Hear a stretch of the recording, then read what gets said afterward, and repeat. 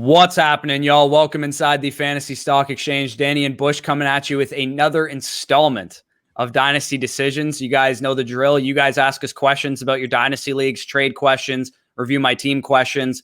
Should I draft this player? Rookie draft questions. When we review them on here, we talk about them. We give you our best opinion on what you guys should do. If you guys enjoy this series, enjoy our channel in general, make sure you guys like our videos, comment any of your thoughts down below, and subscribe to the channel if you are new. Danny, how you doing today? Doing well, doing well. Again, we're ready to get into a new installment of our Dynasty Decision series. The series that you guys have really been showing an outpouring of love for, specifically in the Discord, in the comment section. So yeah, if you want us to keep producing these, keep supporting that support because it truly means a lot to us. But yeah, I'm ready to dive into some teams, give our best analysis, and try to help you guys win your championships. Right. And if you guys want your team featured on an upcoming episode, or if you just have a question that you want featured on an upcoming episode, make sure you join the Discord. You can DM us directly on there or follow either of us on Twitter. You can DM us directly on there as well. And we will make sure to get your question, your team, whatever your decision is for the next episode. So we're going to hit the intro and we're going to get into the first team.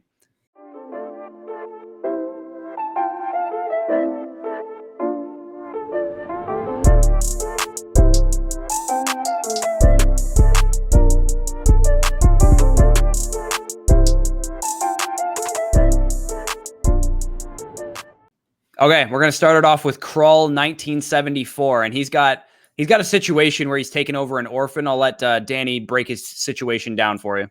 For sure. So he says in the message to me that he took over a 12-team, one quarterback, half PPR team.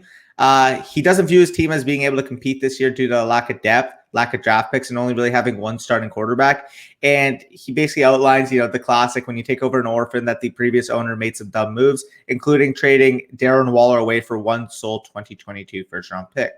He wants us to review the team, kind of give our thoughts. So the first question he has is, should I completely rebuild this team or sell one or two of either Kamara, Jackson, Kelsey, or Diggs, and use the young talent in the first-round picks that you would get back in return to do a partial rebuild and hopefully compete within the next 1 to 2 years? It's his first year playing Dynasty, he also outlined. So you guys can see on the screen, the team is a very good team at the top, but it doesn't really have the depth to combat for a championship. So you see the top end, you got Lamar Jackson, Alvin Kamara, Melvin Gordon, Damon Harris, Stephon Diggs, Robbie Anderson, and Travis Kelce in particular. But aside from that, you don't have that second quarterback that can start. And after Damon Harris, you don't have any real startable running backs. And after Robbie Anderson, you don't have any real set it and forget it type receiver. So I do agree in this type of situation, I would look to go for a quick rebuild type strategy where I would sell off my vets for picks and young players and try to compete within 2023, 2024 type range. But what are your thoughts on that, Corey? I like what he suggested as a partial rebuild. I think that's the direction I would go, because you could tear this whole thing down. Sell Lamar, sell Kamara, sell Diggs, sell Kelsey. What I would do is probably sell Kelsey personally, because Kelsey is the oldest on your team. And he's also, in my opinion, the most likely to disappoint of all the guys that you have as, superior assets. And then his value could take a huge hit after that. So Kelsey would be the guy that I would look to move first. And if you can, I would try and get, let's say someone wants to make a big upgrade at tight end. They have a lot of receiver depth. They could send you like a T Higgins and, maybe a younger tight end option like Irv Smith, a T Higgins and an Irv Smith, and then maybe a pick. If you could pull something like that off for Travis Kelce, a first round pick on top of that, then that's a situation that you're looking towards a partial rebuild. Hopefully you have a tight end that can, obviously he's not going to turn into Travis Kelce, but he can turn into a serviceable tight end. You'll get a third receiver out of it, and you'll have a pick going forward. Another guy that I would look to potentially move is Stephon Diggs, because I think his value is very high right now. He's in his prime. He's not, past his prime or anything like that.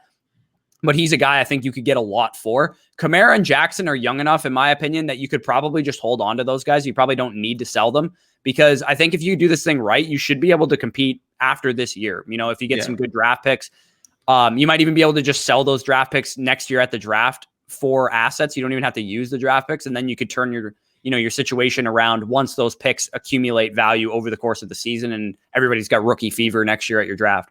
Yeah, no, I agree with that. Again, my advice here, though, is don't just sell those guys going into the season, because people are just going to not realize how much of a valuable edge that they provide.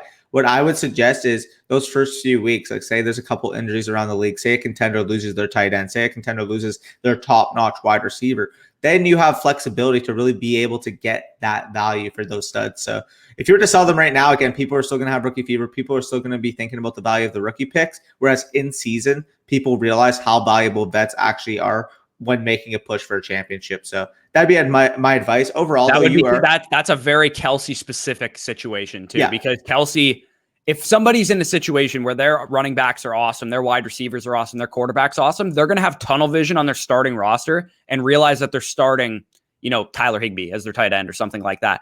And Kelsey might be enough for them to be like, you know what, I'm going to give up my next 2 1s or something like that for Travis Kelce, or I'm going to give up my first round pick and my third receiver who just happens to be, T. Higgins and another running back on top of it. You could get a lot for Kelsey in season, because I know I myself have personally made contending type trades. Just last year, I traded away Saquon Barkley because he tore his ACL and I was trying to make the playoffs and win the championship. And I sold him for less than what I would have gotten him for in the offseason for sure. So teams will do it if they're trying to compete, especially closer to the playoffs and your trade deadline. So I agree with Danny. I wouldn't sell them right now. I would wait until a couple weeks into the season when, someone loses their top receiver. They're looking for Diggs. They're looking for Kelce or even Kamara at that point if someone's willing to completely overpay for someone like Kamara. Yep. So we can get on to the next question. That's going to be from Kyro. So I'll just read this one off. He asks, in a dynasty startup for the mid wide receiver rounds, after you build your amazing value at the running back position, he's basically asking, would you go with a veteran like Mike Evans as your wide receiver 1, or would you risk it and go for a younger, maybe more appreciating type asset with Devonta Smith and Chase Claypool? And again, I typically say you want to go for the appreciating assets here, but when it's a clear tier break, in my opinion, from Mike Evans to those young guys, I'm still going to go with Mike Evans. We're still talking about a guy every single year since he's been in the NFL, has produced 1,000 receiving yards, is still 27 years old, and can still be a valuable wide receiver 2 on a contending team. As much as I love the potential of those other guys, I think Mike Evans is such a sure bet to figure into that top 15 type range to get that 1,000 receiving yards, 12 plus touchdowns in this offense. And I know you have similar thought being a Tampa Bay Buccaneers fan and being a Mike Evans truther, Mike Evans supporter, when everybody else wants to just seemingly slander him without realizing that he's a 6'5", 240-pound beast and number 1 receiving weapon for Tom Brady.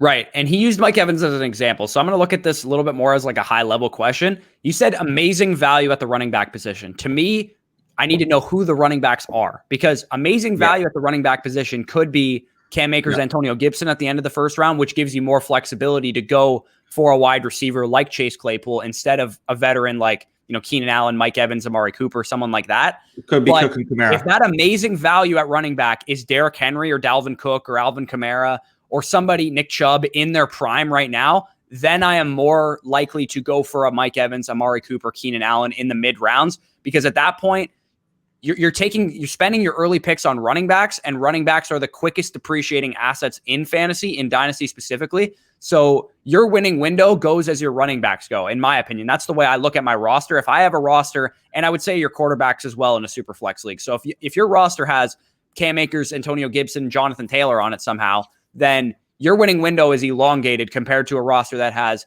Dalvin Cook, Derrick Henry, and Nick Chubb on it. Like your winning window is probably the next 2 to 3 years in that other situation, whereas you could probably get away with the next 4 to 5 years in the other situation with those running backs. So I would say that amazing value at the running back position is going to determine what you do at wide receiver, either veterans or young guys, or a mix of both if you have, a Cam Akers and a Dalvin Cook.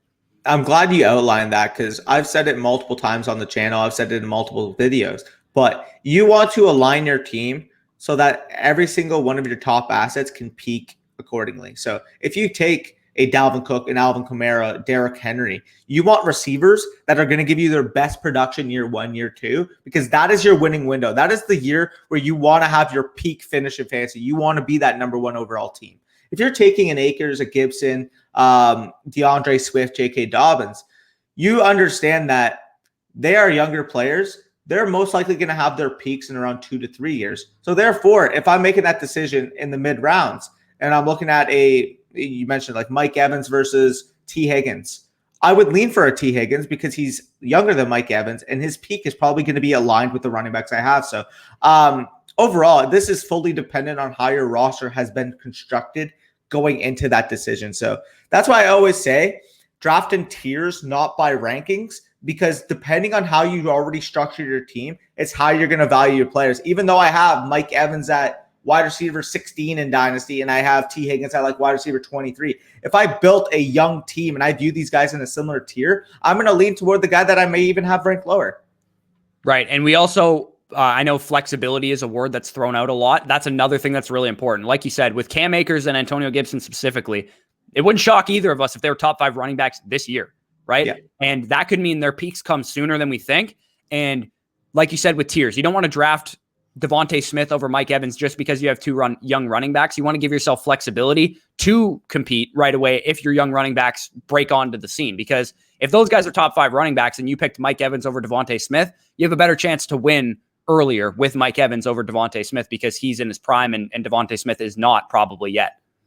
Yep, fully. So we can get on to the next question here, unless you have anything else to add here. No, it seems pretty. It's a good discussion. It definitely, I would say you always make your decision on if you're contending or rebuilding based on whatever you did in the first couple rounds. And usually in the first couple rounds, you're targeting quarterbacks and running backs. So that's why I say your running backs and quarterbacks generally determine if you're going to be competing or if you're going to be rebuilding. Fully. So we can get on to Lamar's team and Lamar's question. So it's a 12-team Superflex PPR tight end premium. So in terms of this would be a full PPR for running backs and wide receivers, a 1.5 PPR for tight end. So the team is on the screen right now. As you see, Daniel Jones, Tom Brady, Kirk Cousins, Jameis Winston as his quarterbacks, Dalvin Cook, Nick Chubb, Austin Eckler, Jamal Williams, and James Conner at running back. A wide receiver, you got Diggs, Keenan, OBJ, Robbie Anderson, and a bunch of fodder at the 5th spot, other than Corey Davis. I actually really like him.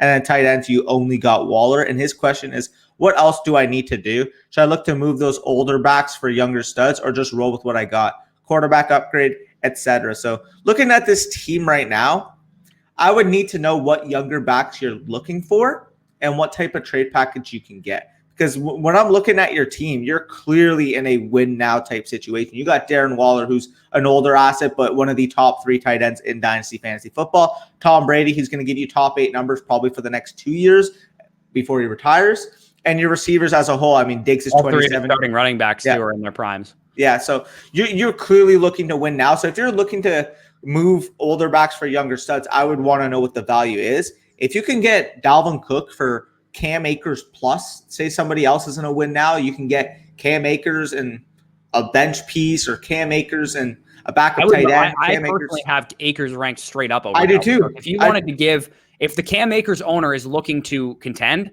and they don't believe in Cam Akers as much, maybe I don't know why they would, but let's just say they're looking to contend. They want Dalvin Cook. They view him as a tier ahead of Cam Akers, and you could move Dalvin Cook straight up for Cam Akers. Like you said, you might even be able to get more on top of that. That's what I'm saying. But if you can't, I would still be willing to do that straight up, and that'll elongate your winning window a little bit. But at the same time, I'm not going to force it because this team could win the championship. Like you have a team.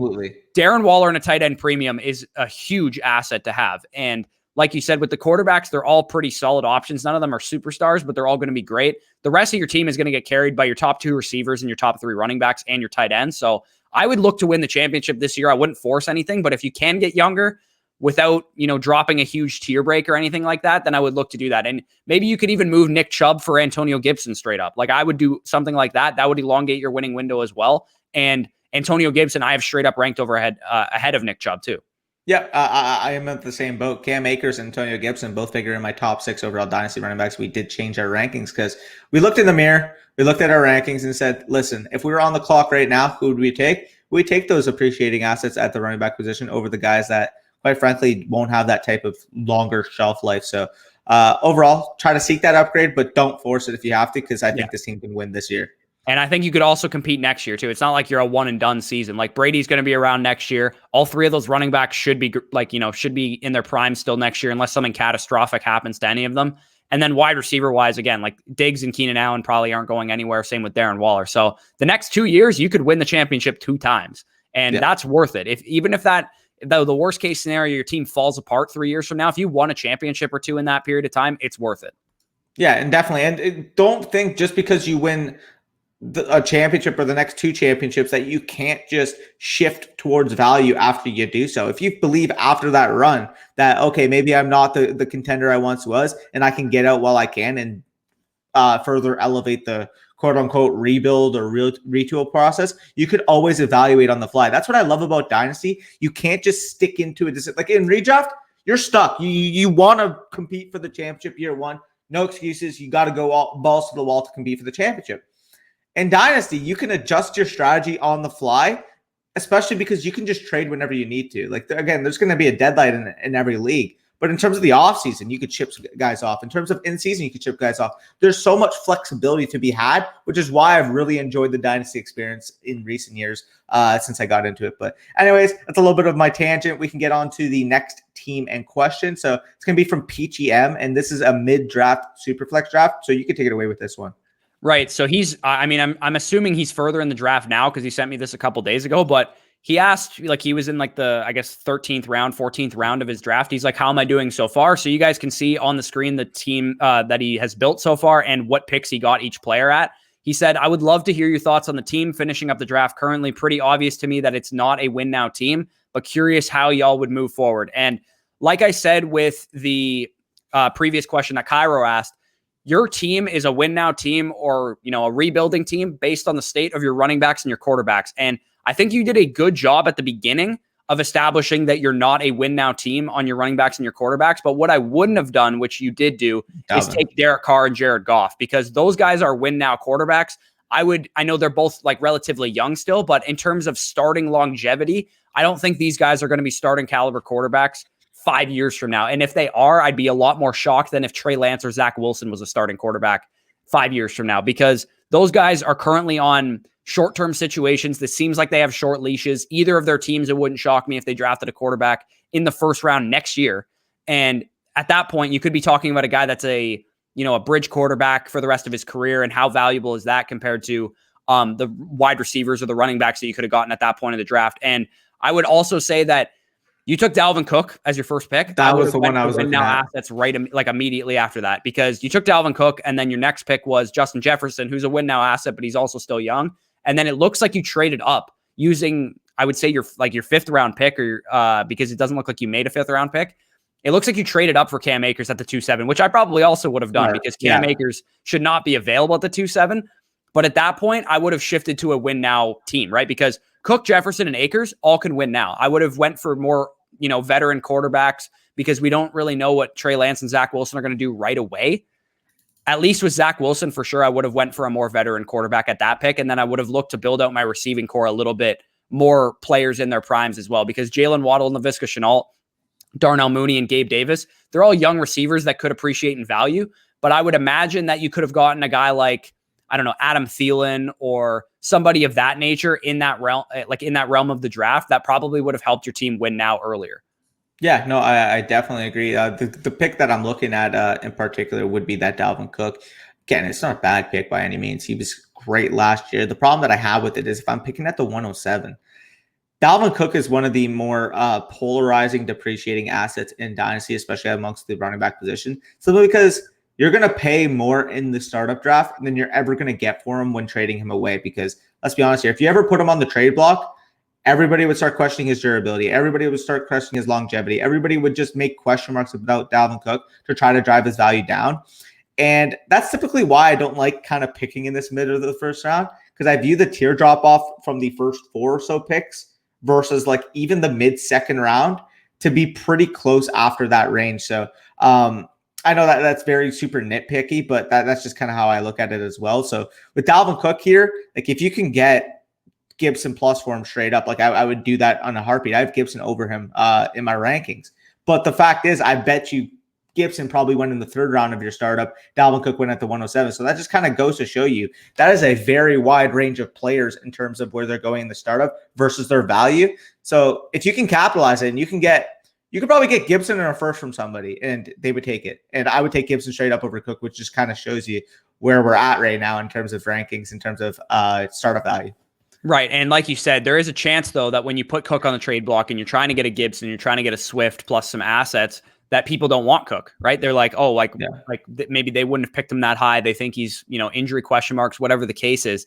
Hopefully you go into the season with this team. I would say that the guys that you're looking to trade, which to me are Dalvin Cook, Derek Carr, and Jared Goff, those guys are better to be traded in season than they are right now, because like you said, we're still kind of in rookie season. We're still people are still going to value picks. But once we get into the season, if Dalvin Cook is his usual self after week 3, and you can flip him to a contender who lost, God forbid, Saquon Barkley, Christian McCaffrey, or someone like that goes down again, then you could trade them Dalvin Cook at that point and probably get a king's ransom for them. And that's probably when I would look to move Dalvin Cook, because like Danny said, you're probably going to get question marks from teams if you try and move Dalvin Cook now.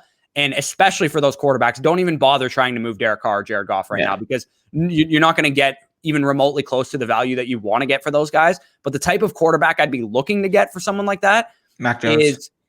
Mac Jones exactly is who I was going to say. And then even if you wanted to get a pick plus a quarterback, you could look to get a Jordan Love plus a pick, or a Kellen Mond plus a pick, or something like that. And then that way you're securing your long-term future a little bit. But yeah, if you could get Mac Jones for either of those guys, that's a slam dunk. Absolutely. So with that being said, I haven't said it all video. We can go on to AJDM's team. So we'll read it off and quickly take over his next few questions. We'll try to keep these a little bit shorter because we're running a bit on time. But a quarterback, he's got Herbert, Watson, Burrow, and Zach Wilson, I'm assuming that is? Yeah, this is a 6-team league, by the way. So this is a very shallow league. There's only one quarterback starting slot. So like you said, Herbert, Watson, Burrow. He's got CMC, Gibson, Montgomery, Sanders, Hunt, and Carter. Again, like it's a 6-team league. Everybody's team is probably really good. Godwin, Evans, T. Higgins, Curtis Samuel, Laviska Shenault, Juju, and Terrace Marshall. And then TJ Hawkinson, Mike Gesicki. And he has a couple questions here. He's saying he's eyeing a trade for Darren Waller because he currently has TJ Hawkinson, and he's looking to potentially upgrade at tight end. And he said he'd probably have to move Godwin in that trade. Now, on that first point, I wouldn't do that personally, because Chris Godwin, to me, is straight up worth more than Darren Waller, in my opinion, because Godwin's a 25-year-old receiver. He's only going to appreciate in value going forward because he's on a great offense. He's potentially going to be a free agent. And if not, Antonio Brown is going to be around very long, and he could still be on the Buccaneers. So I personally would stick with TJ Hawkinson. I don't view the value discrepancy between TJ Hawkinson and Darren Waller as much of an upgrade at all. So I wouldn't be looking to move a piece like Godwin in the process. Yeah, I definitely agree. And especially because you have Hawkinson, why? I know Waller is fantastic. He's clearly an edge at the position, but why give up your number one wide receiver to just get a second tight end that you already have basically filled at the position? So overall, I just don't really see it. I see it as kind of a redundant move considering you have Hawkinson. But yeah, he also asked, should he trade Evans, Laviska Shenault, and a 2022 first for DK Metcalf? I'll get your thoughts on this first, and then I can chime in. Right. So this trade to me is strictly a Metcalf-related grievance. I wouldn't trade for DK Metcalf, period, right now, because DK Metcalf is at a very high point in value, right? I would say he's a consensus top 8 receiver at minimum for a lot of people in Dynasty. And we have a lingering quarterback. Yeah, top 5 for most people. We have a lingering quarterback situation with DK Metcalf, right? We haven't heard a lot about Russell Wilson being traded, but this isn't going away. Where there's smoke, there's fire. He's pissed off, Russell Wilson. And I'm willing to bet in the next 2 years he's traded from Seattle. I don't think he's going to be around very long. So the analysis that, DK Metcalf's a great young receiver and he's attached to the right arm of Russell Wilson, I don't think that holds weight, because I think Russell Wilson's going to be gone from there sooner rather than later.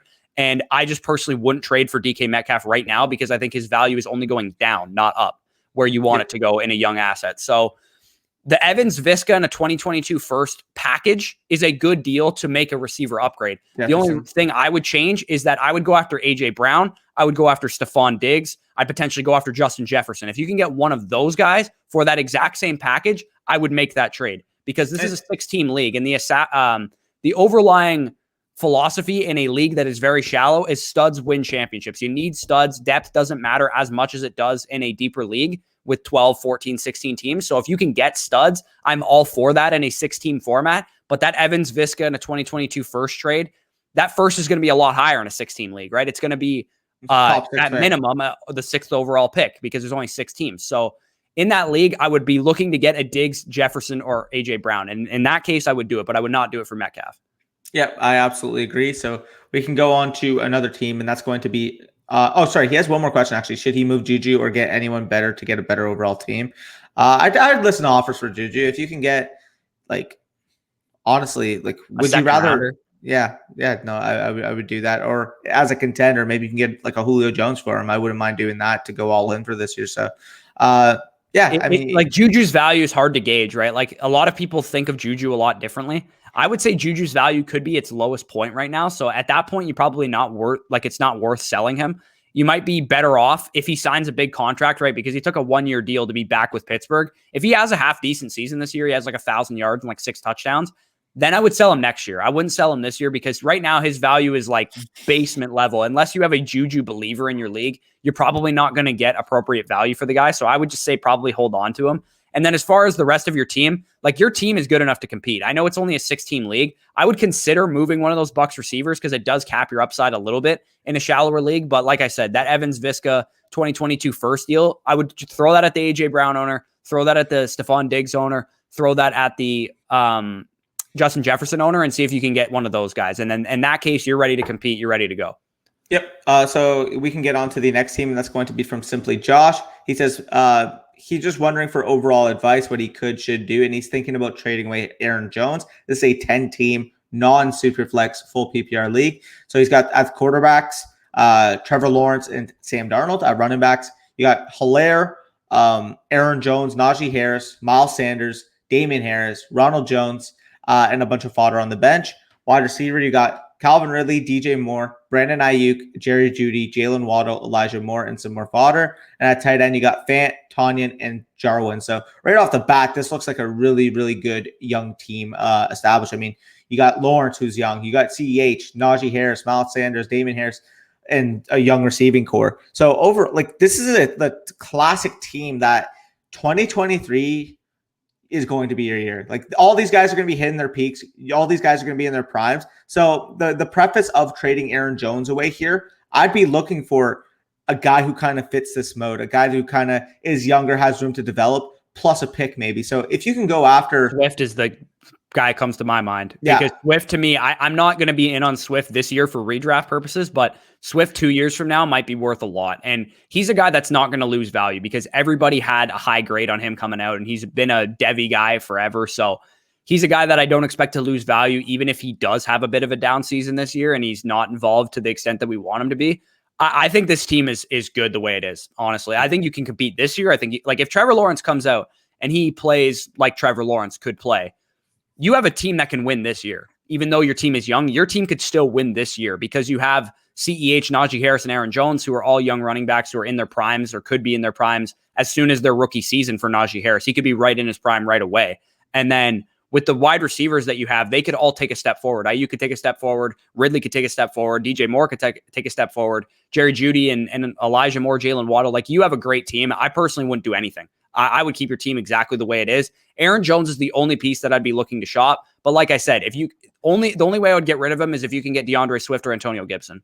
Yep, I fully agree. So overall, you got a good, solid foundation there and should be able to compete. So only looking at really Aaron Jones. Aside from that, you have a really good setup team for both youth and competition. So anyways, we can go on to Justin Young, 03's team. He's wondering, what should I try to improve? He says, I know my RBs are kind of lacking. So you guys can see on the screen, at quarterbacks in a super flex, he's got Kyler Murray, Lamar Jackson, Jameis Winston, and Carson Wentz. Running back, he mentioned he's weak. Yeah, he wasn't lying. Mixon, Davis, Kareem Hunt, Michael Carter, and some fodder on the bench. Wide receivers, you got Justin Jefferson, Deebo Samuel, Deontay Johnson, and you see the rest there. Smith, is that Devonta Smith? We're just going to assume it's Devonta Smith. At tight ends, it's Waller and Higbee. Sorry, the reason why I said we have to assume because I can't remember exactly who it was when I put it in. But anyways, we're assuming it's Devonta Smith. If it's not, comment on the video or message me, and we can figure that out, and I can help you out there. But overall, what are your thoughts on what he should try to improve? Because this looks like a team that can compete for a playoff spot, but I just don't think it can really win it all with those running backs. Right. And here's my only suggestion, because I would say you're kind of in a dead zone right now because there's not really any pieces on your team that you could move that could instantly work out to be a running back for you. The only thing that I would try and do is see what you can get for Justin Jefferson. Because if you can get a running back like 2 or a running back 1 even for Justin Jefferson and a pick and a solid receiver, let's say you can get T. Higgins and Antonio Gibson for Justin Jefferson or something like that, I'd be willing to do something like that because then it improves your running back 1 or running back 2 slot. And you also get a good receiver in return. And I think your receiving core is already good as it is, especially with the youth that you have. So that would be the only suggestion I would make because I think otherwise you're probably just going to lose value. If you try and trade Justin Jefferson, Deebo Samuel or Deontay Johnson, you're not going to get a good enough running back in return to be worthy of giving up a receiver like that. You're probably only going to get like a Damian Harris, Ronald Jones type of running back in return for those guys. You're not going to be able to get a Josh Jacobs, even a Miles Sanders probably for those guys. So I wouldn't personally be looking to move anyone except for Justin Jefferson, just because his value is so high right now that you might be able to get a Godfather type of package for him. Yep, I agree. Jefferson, you mentioned Gibson. I don't think anybody would give up Gibson and Higgins, but even if it was like Montgomery, Higgins in like a second, somebody might be willing to do something like that, and that would be a really good trade overall to really bolster your team, especially considering that this is a team that looks like it can compete if it's able to shore up the running back position. So anyways, we can go on to the final team of the video. That's going to be Lumber 149, and you can take it away with this roster. Right. And this is a continuation from last week's video, right? Lumber was one of his second questions was that he had the 112 and the 201. So he got the turn pick in his veteran draft. And in return, he got the 101 in the rookie draft. And again, if anybody offers you this deal, take it, because the 101 in the rookie draft is basically a second, third round dynasty startup pick. So you're getting an extra like high startup pick just for taking the back end of the first round in the veteran draft. And he ended up getting Jonathan Taylor and Cam Akers at the end of his veteran draft, which is absurd to me because those guys are both top 8 overall picks in my rankings. Top five running backs for me. Right. Yeah. They're my RB 4 and 5. So I think that's a phenomenal thing that you did in the veteran draft. And then, like we said in the previous video, take a quarterback with that first overall pick, because you had Burrow, you had Mayfield, you had Derek Carr and Mariota, but with the Raiders quarterback situation specifically, you don't have a long-term security plan there. And even Baker Mayfield could have a down season and make his situation a lot more, sketchy as well. So we said to take the quarterback. You went with Trevor Lawrence. We would have went with Trey Lance. It's fine. Either 101, 102 for both of us. So it doesn't really matter, but Trevor Lawrence is where you went. That makes your quarterback core awesome, right? You got Trevor Lawrence and Joe Burrow as your top 2 guys. Baker Mayfield's a great young starting depth piece. And then at running back, you still have a great running back core with JT, Akers, Carson, and Penny, and AJ Dillon, some other guys there. Wide receivers, you were already solid, to be honest. You had Terry McLaurin, Brandon Ayuk, and Cortland Sutton as your top guy. Then you got some young dudes with Henry Ruggs and McCole Hardman. I guess in your rookie draft also, I'm assuming you also got the 201, if I'm guessing. That it would be a snake. So he got frickin' Elijah Moore and Amon St. Brown at the 212, 301. Are you sure? Is that how it works? I mean that's how it would work if they did reversal, rookie pick reversal. Right. That's how it would work. So but what if they didn't do a snake and he gets the 101, 201, and 301, and that's how we got either way, I think that would be skewed, but he can comment on this. But I do believe, like, he didn't even mention in the comment, but I do believe that would have been the 212 and the 301. Regardless, that's a very good rookie haul to have. And in general, we're looking at a team that has the appreciating assets, has assets that can really put up points right away. I mean, you're in a very, very good position here. Yeah, and like your tight ends are somewhat weak, I guess. It's probably the weakest part of your roster because Mike Gesicki is your best tight end right now, and you have some young guys that can contribute, a veteran in Jared Cook. But, I mean, I wouldn't force a tight end upgrade. If you can, inquire about some tight end upgrades, I would, see what you can get. If you can get a guy like Mark Andrews, who's a guy that I'm just constantly talking about because I think he's so undervalued, that would really make your team really good. But I wouldn't give up like the farm to get Mark Andrews. If you can get Mark Andrews straight up for like Cortland Sutton or Cortland Sutton plus one of your young pieces at receiver, then I would probably do something like that. But again, don't force it. You have his specific question was, what could I do to really take the leap to the top dog of the league and keep a good balance of young studs and good veterans, competitive year in and year out? I already think you have that balance, to be honest. I think your core of your team is young. So you're going to have that balance regardless. And your squad is generally just unbelievable. So I personally would just leave exactly what you got. You did a great job in your startup and in your rookie draft to build a contending team and a young team at that. Yeah, I mean, you hit the nail on the head there. You did a very good job overall. And even mentioning, like, you got those young assets and you still got some win now type competing assets with Chris Carson as your RB3. You got he still has his first round pick next year that I can see in the screenshot here too. So he didn't even have to give up his pick in the startup draft to move up for any of the pieces that he got. So I would say, overall, you definitely have one of the best teams in your league. Maybe it doesn't look that way this season because you have a lot of young guys, but all of these young guys that you have could absolutely be phenomenal this season as well. Yep, absolutely. So anyways, if you guys made it this far in the video, what are we letting them comment today, Corey? You can comment down below the 7th installment, because this is the 7th installment of Dynasty Decisions. We know how much you guys have been enjoying this series. Again, as I mentioned, if you guys want to be featured on an upcoming episode of Dynasty Decisions, all you have to do is join our Discord, and you can DM us directly on Discord. Any of your questions, any of your trades, any of your rookie drafts, whatever question that you have, decision that you have to make in Dynasty, you can message us on Discord directly, or you can follow us on Twitter. And if you haven't already done that, you should probably do that as well. Make sure that you're following us on Twitter, because we're constantly tweeting out good fantasy stuff on there. Like, comment, subscribe if you guys enjoyed. Peace out and enjoy your day.